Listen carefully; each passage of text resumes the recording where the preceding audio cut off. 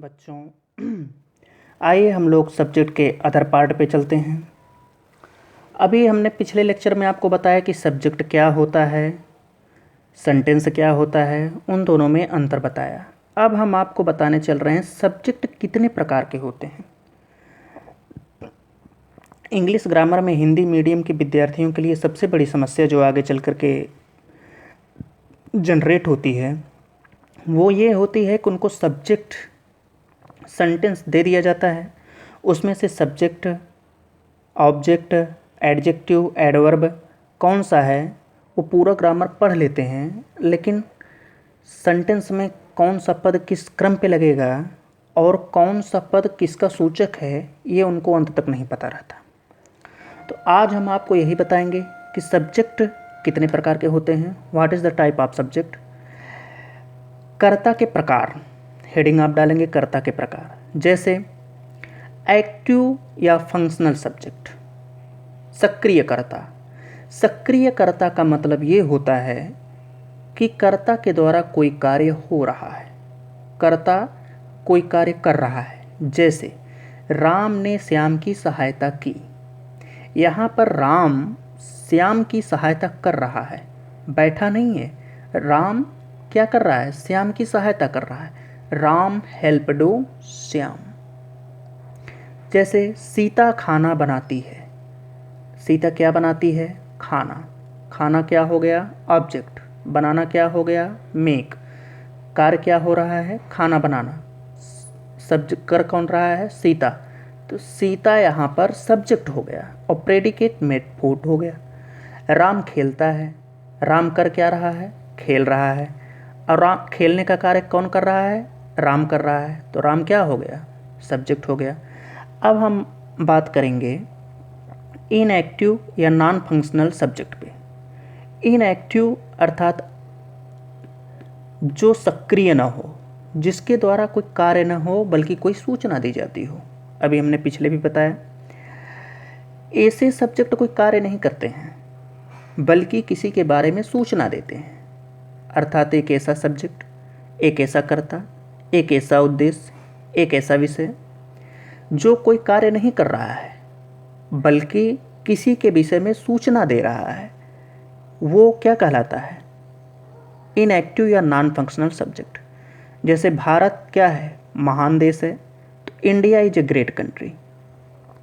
अब इंडिया कोई कार्य कर रहा है, नहीं, वह क्या है, महान देश है। क्या सूचना दे रहा है, भारत एक महान देश है। जैसे गंगा एक पवित्र नदी है, the Ganga is A Holi river.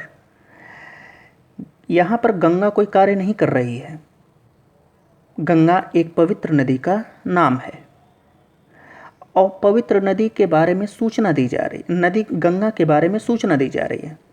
और वो सूचना क्या है कि नदी जिसका नाम गंगा है वो बहुत ही पवित्र है। तो the Ganga is a holy river. अब तो इनएक्टिव जो सब्जेक्ट्स होते हैं वहाँ पर सब्जेक्ट कोई कार्य नहीं करते हैं बल्कि सब्जेक्ट के संदर्भ में जिसका प्रयोग होता है, जिस शब्द का, उसी के विषय में कोई सूचना दी जाती है। जैसे मैं हाथ में जो पेन लिया हूँ वह ब्लू कलर की है। अब यहाँ पर आप अगर लिखें कि नीले रंग की कलम अच्छी होती है, blue pen is a good, तो यहाँ पर ब्लू पेन क्या हो गया हमारा, उसके विषय में सूचना दी जा रही है, तो सब्जेक्ट हो गया। अब हम आपको बताएंगे कि सब्जेक्ट में कौन कौन से शब्द प्रयोग हो सकते हैं। अभी हमने आपको बताया सब्जेक्ट क्या होता है, सब्जेक्ट कितने टाइप का होता है। अब जो सबसे इम्पॉर्टेंट टॉपिक है, जहाँ पर लड़के बहुत बेहतरीन ढंग से फंस जाते हैं, उनको समझ में नहीं आता कि सब्जेक्ट में प्रयोग होने वाले वर्ड्स कौन से होते हैं। हमने अभी बताया, जैसे काफ़ी लड़के समझते हैं कि केवल और केवल अगर नाम आ जाए तो वो सब्जेक्ट नहीं, नाम के अलावा भी बहुत सारे ऐसे वर्ड्स हैं, ऐसे पार्ट्स ऑफ स्पीच हैं जिनके लिए हम सब्जेक्ट का प्रयोग करते हैं। जैसे नाउन, संज्ञा, Ram is a good boy, Ram एक अच्छा लड़का है। अब यहाँ पर आप देखेंगे कि राम जो है वो संज्ञा है, नाउन है। यहाँ पर सब्जेक्ट के रूप में हम नाउन का प्रयोग किए हैं, तो यहाँ पर सब्जेक्ट क्या हो गया? नाउन। अच्छा लड़का कौन है? राम। यहाँ पर राम के विषय में क्या सूचना दी गई है? कि वो अच्छा लड़का है। अब नाउन के अलावा क्या कोई शब्द सब्जेक्ट के स्थान पर प्रयोग हो सकता है? जी हाँ, बिल्कुल हो सकता है। केवल नाउन ही सब्जेक्ट बनकर के नहीं आता है। नाउन के अलावा प्रोनाउन, आगे हम लोग नाउन, प्रोनाउन, ये जिरंड, इन्फिनेटिव, ये सब बहुत विस्तार में पढ़ेंगे। तो प्रोनाउन क्या है? प्रोनाउन का मतलब होता है सर्वनाम जो संज्ञा के स्थान पर प्रयुक्त हो, उसे हम कहते हैं प्रोनाउन। जैसे he is a bad boy. अब बैड बॉय का क्या मतलब है? बैड बॉय का मतलब हो गया कि वह एक गंदा लड़का है। और गंदा लड़का किस संदर्भ में है? उसकी साफ सफाई नहीं करता, पढ़ता लिखता नहीं, माता पिता की आज्ञा नहीं मानता, बड़ों का आदर नहीं करता, इत्यादि इत्यादि। तो he is a bad boy, वह एक गंदा लड़का है। यहाँ पर वह क्या है? सर्वनाम है, न कि संज्ञा है। संज्ञा यहाँ पर राम है। और सर्वनाम क्या है? जो नाम के स्थान पर प्रयुक्त हो। हमने कहा कि राम एक अच्छा लड़का है, तो यहाँ पर राम संज्ञा हो गया, और हमने राम की जगह ही लगा दिया कि he is a bad boy, तो वह एक गंदा लड़का, क्योंकि यहाँ पर ही किसी को व्यक्त कर रहा है, न कि पर्टिकुलरली किसी नेम को व्यक्त कर रहा है। ही का मतलब वह। अब वह में चाहे जो आ जाए, चाहे जितने नाम आ जाएं, संसार के सारे नाम आ जाएं, तो इसीलिए एक ही स्थान पर हमने प्रयुक्त कर दिया है, ये सर्वनाम हो गया। तो ये भी सब्जेक्ट के रूप में आ जाता है। अब जैसे इन्फिनेटिव, इन्फिनेटिव का मतलब क्या होता है? जहाँ पर वर्ब का पहला फॉर्म और उसके पहले टू लगा हो, उसे हम इन्फिनेटिव कहते हैं। एग्जाम्पल के रूप में अगर आप समझें तो जैसे अभी हमने शुरू में बताया कि कार्य करना, गलती करना, भोजन करना, खेल खेलना, पढ़ाई करना, अर्थात वर्ब कंटिन्यू हो रहा है। कंटिन्यू का मतलब कि वर्ब के द्वारा, सब्जेक्ट के द्वारा कोई कार्य किया जा रहा है। इसकी अगर डिफिनीशन लें तो जो वर्ब होता है, जैसे खेलना क्या है? वर्ब है। वर्ब के अंत में अगर ना शब्द आ रहा है, ये ट्रिक है, समझ लीजिए। अगर किसी वर्ब के अंत में ना शब्द आ रहा है जो कि नाउन का कार्य कर रहा है, तो उसे सेंटेंस में हम सब्जेक्ट के रूप में प्रयोग करते हैं। समझ में आया बात? नहीं आया? जैसे गलती करना मनुष्य का स्वभाव है। ठीक। अब गलती करना मनुष्य का स्वभाव है, तो गलती मनुष्य करता है। To error his human nature. टहलना या भोजन करना जो है वह शरीर के लिए लाभदायक है। To eat is profit for body. इसके विपरीत अगर वर्ब के अंत में ने शब्द आता है तो वह सब्जेक्ट नहीं बनता, बल्कि एडजेक्टिव या एडवर्ब का कार्य करने लगता है। अभी केवल आप इतना ही जान लीजिए कि जब अभी हम इसके आगे खूब सारी ढेर सारी प्रैक्टिस कराएंगे, उसकी चिंता मत करिएगा।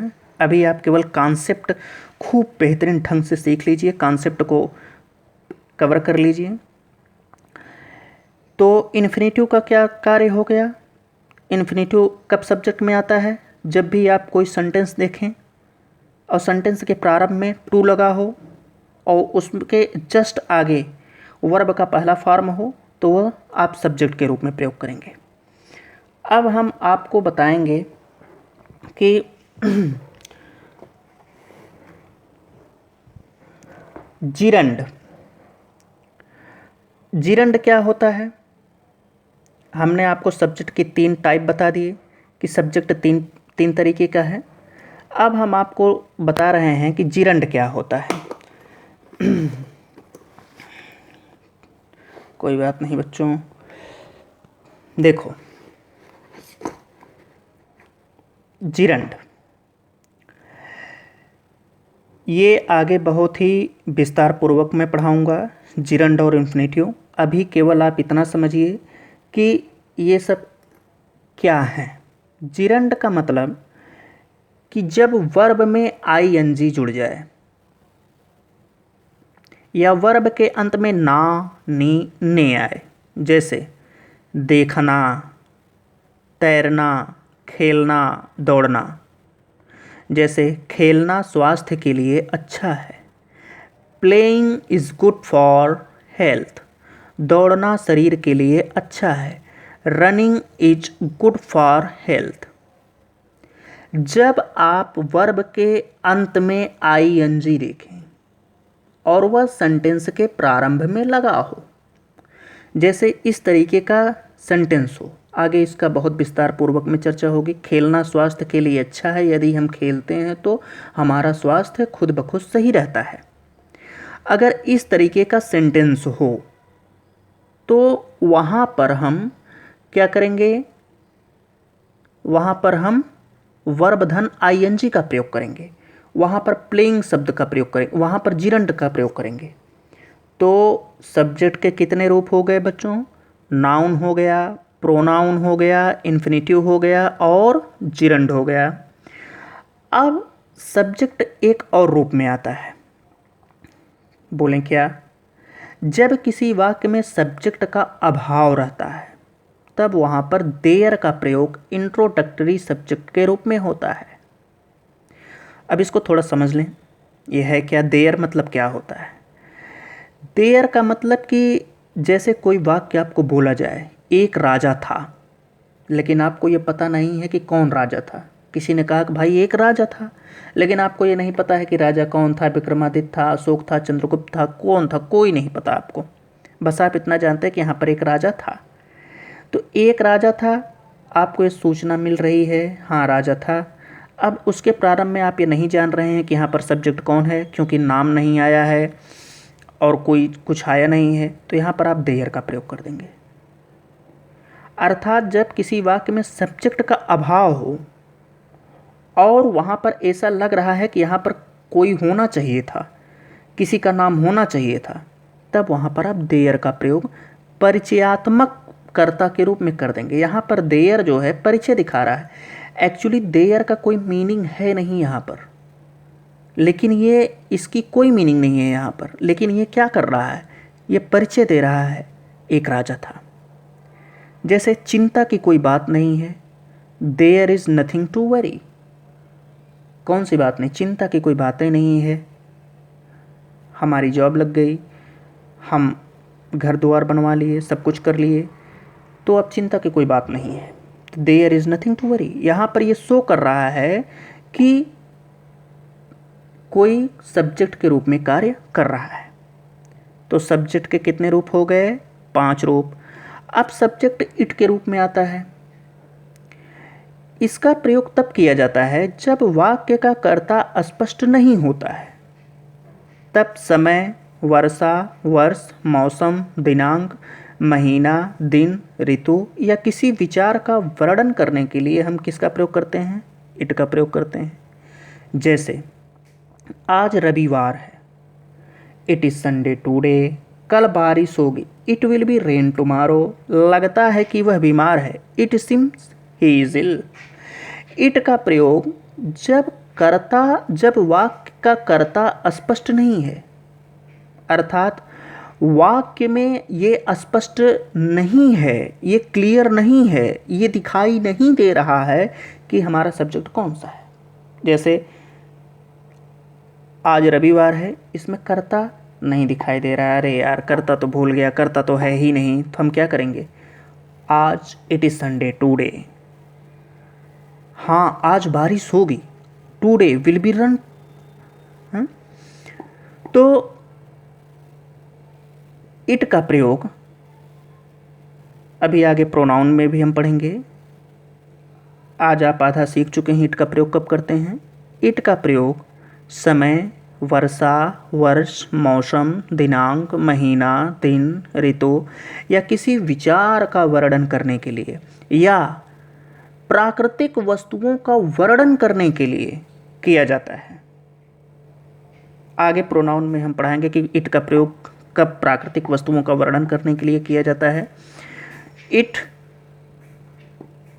छठे रूप में सब्जेक्ट के रूप में आया। आगे हम और बताएंगे कि सब्जेक्ट के कितने पार्ट होते हैं, सब्जेक्ट कितने टाइप के होते हैं। Thanks for lot.